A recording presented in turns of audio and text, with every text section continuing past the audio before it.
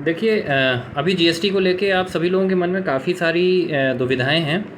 और मुझे लगा कि क्योंकि मुझे थोड़ी बहुत समझ है इस चीज़ की, तो मुझे लगा कि मुझे आप लोगों को एक बार ये चीज़ बता देनी चाहिए।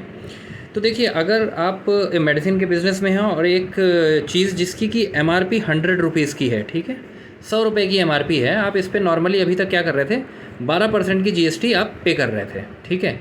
अच्छा, अब आप होलसेलर के पास या स्टॉकिस्ट के पास से माल लेते थे, वो आपको मार्जिन के साथ में एक डिस्काउंट देता था, और उस डिस्काउंट के साथ में आपके ऊपर वो टैक्स जोड़ देता था। जिस रेट पे वो आपको डिस्काउंट देता था, मान लेते हैं वो रेट 70 रुपये का है, ठीक है, मतलब 100 की एमआरपी की चीज़ मार्जिन निकाल के और जीएसटी निकाल के, डिस्काउंट वगैरह कुछ नहीं है इसमें, तो 70 रुपये की आपको पड़ रही है। फिर हम क्या करते थे कि 70 रुपये पे क्या होता था, होलसेलर 5% का आपको डिस्काउंट काटता था, जो कि वैल्यू आती थी डिस्काउंट काटने के बाद 66.50। इसके बाद क्या होता था, इस पे वो 12% की ओल्ड टैक्स रेजिम के हिसाब से वो 12% का जीएसटी जोड़ता था, तो वैल्यू आती थी 74 रुपये 48 पैसे। मतलब जो चीज़ का रेट 70 रुपये का होता था, डिस्काउंट कटने के बाद और जीएसटी जुड़ने के बाद वो हमें 74 रुपये 48 पैसे का पड़ता था।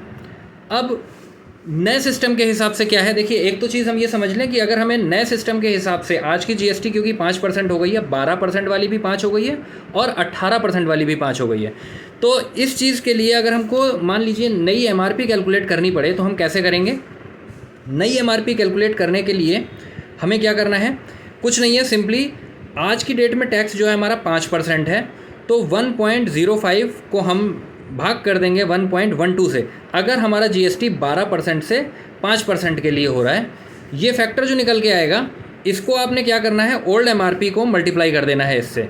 अगर कोई चीज़ हमारी 12% जीएसटी वाली है और वो 5 पे आ गई है, तो हम 0.9375 का फैक्टर लगा के उसकी नई एमआरपी कैलकुलेट कर सकते हैं। तो जैसे यहाँ पर एग्जांपल में मैंने जो दिया है, ओल्ड एमआरपी मल्टीप्लाई पर करेंगे इसको फैक्टर से 93.75 या 0.9375 से, तो ये हमारी 93 रुपये 75 पैसे आ जाएगी। मतलब जो चीज़ अभी तक आपकी 100 रुपये की थी, वो अब आपको 93 रुपये की एमआरपी जीएसटी कम होने के बाद हो गई।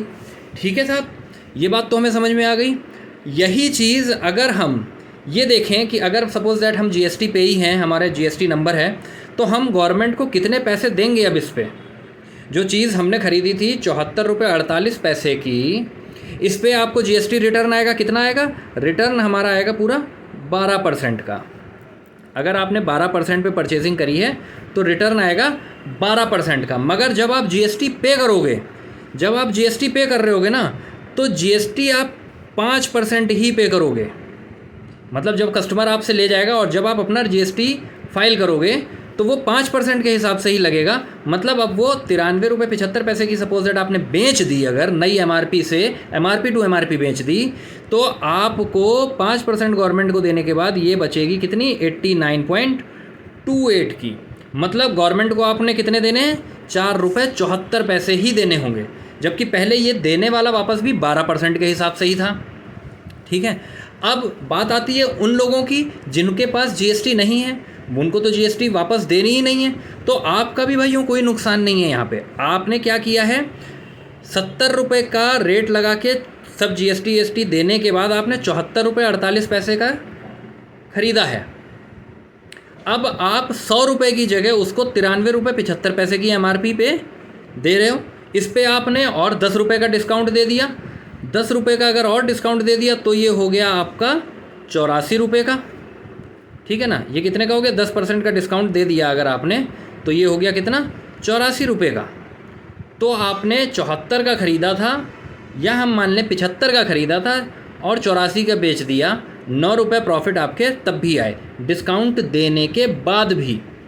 यहाँ इसी तरीके से अगर ये भी डिस्काउंट देते हैं, जो जीएसटी होल्डर हैं, मान लीजिए उन्होंने भी डिस्काउंट दिया, तो उनको 4 रुपये 47 पैसे जीएसटी के और वापस आ जाएंगे। ठीक है ना, तो कहीं से कहीं तक किसी भी कन्फ्यूज़न की ज़रूरत नहीं है, बहुत आसान है।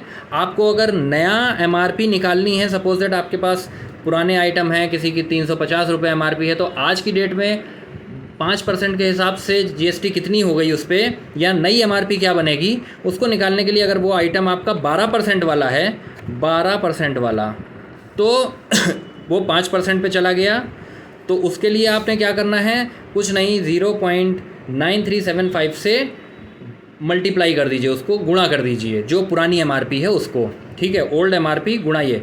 और वहीं पर दोस्तों अगर आपने 18% वाला कोई आइटम है, जैसे जनरली मेडिकल में फूड आइटम्स ही होते हैं, न्यूट्रास्यूटिकल्स होते हैं, तो आप वो 18% से भी 5% पे आ गया है अब, ठीक है। तो उसके लिए हमने क्या करना है, 1.05 आज का टैक्स रेट, और पिछला वाला कितना हम दे रहे थे 1.18, इससे भाग कर देंगे तो वैल्यू निकल के आएगी 0.8898।